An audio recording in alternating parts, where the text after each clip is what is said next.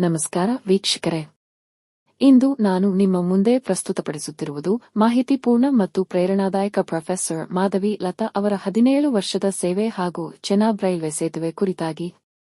ಚೆನಾಬ್ ಸೇತುವೆಯ ಹಿಂದೆ ಇದ್ದ ಮಹಿಳೆ ಪ್ರೊಫೆಸರ್ ಮಾಧವಿ ಲತಾ ಅವರ 17 ವರ್ಷದ ಸಾಹಸ ನೀವು ಕೇಳಿದ್ದೀರಾ? ವಿಶ್ವದ ಎತ್ತರದ ರೈಲ್ವೆ ಸೇತುವೆ ಭಾರತದಲ್ಲಿದೆ. ಅದು ಐಫೆಲ್ ಟವರ್ಗಿಂತಲೂ ಎತ್ತರದಲ್ಲಿದೆ. ಈ ಅದ್ಭುತ ನಿರ್ಮಾಣದ ಹಿಂದಿರುವ ಶಕ್ತಿ ಪ್ರೊಫೆಸರ್ ಜಿ. ಮಾಧವಿ ಲತಾ ಅವರು 17 ವರ್ಷಗಳ ಸೇವೆ ನೀಡಿದ್ದಾರೆ. ಚೆನ್ನಾಗಿ ಕೇಳಿ, ಇವರು ಯಾರು, ಏನು ಸಾಧನೆ ಮಾಡಿದ್ದಾರೆ? ಪ್ರೊಫೆಸರ್ ಲತಾ ಅವರ ಹಿನ್ನೆಲೆ.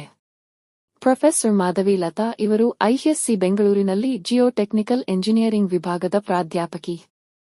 ಎನ್ಟಿಯು, ಎನ್ಐಟಿ ವಾರಂಗಲ್ ಹಾಗೂ ಐಐಟಿ ಮೆಡ್ರಾಸ್ನಲ್ಲಿಯೇ ಅವರು ಪಿಎಚ್ಡಿ ಮುಗಿಸಿದರು. ಅವರು ಗೋಲ್ಡ್ ಮೆಡಲಿಸ್ಟ್ ಕೂಡ. ಇಂದಿಗೆ ರಾಷ್ಟ್ರಮಟ್ಟದ ವಿಜ್ಞಾನಿ. ಚೆನಾಬ್ ಸೇತುವೆಗಾಗಿ ಅವರ ಕೊಡುಗೆ.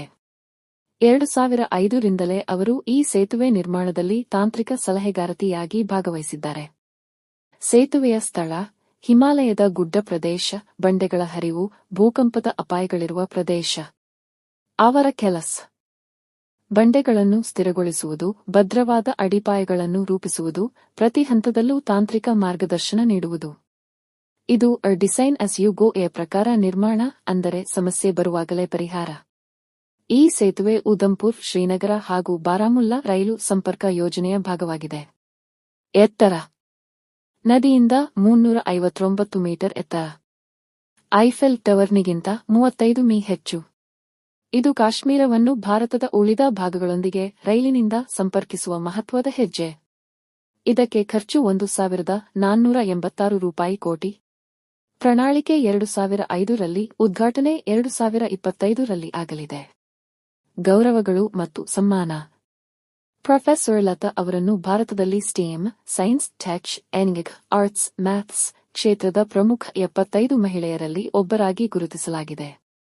ಅವರು best woman geotechnical researcher ಪ್ರಶಸ್ತಿಗೂ ಪಾತ್ರರಾಗಿದ್ದಾರೆ. ಅವರ ಕೆಲಸವು ಹಲವಾರು ಶಾಸ್ತ್ರೀಯ ಜರ್ನಲ್ಗಳಲ್ಲಿ ಪ್ರಕಟವಾಗಿದ್ದು, ರಾಷ್ಟ್ರದ ಮಾಧ್ಯಮಗಳಲ್ಲಿಯೂ ಗೌರವಿಸಲ್ಪಟ್ಟಿದೆ. ಕೊನೆಯದಾಗಿ ಹೇಳುವುದಾದರೆ, ವಿಶ್ವದ ಗಮನ ಸೇತುವೆಯ ಕಡೆ ಹೋಗಬಹುದು, ಆದರೆ ಆ ಬೃಹತ್ ಸೇತುವೆಯ ಬಲದ ಮೂಲ ಈ ಮಹಿಳೆ. ಇಂಥ ಶ್ರದ್ಧಾ, ಶಿಸ್ತು ಮತ್ತು ದೇಶಪ್ರೇಮದ ಮಾದರಿಯಾದ ಪ್ರೊ. ಮಾಧವಿ ಲತಾರವರು ನಿಜವಾದ ನಾಡಿನ ನಿರ್ಮಾತ್ರಿ.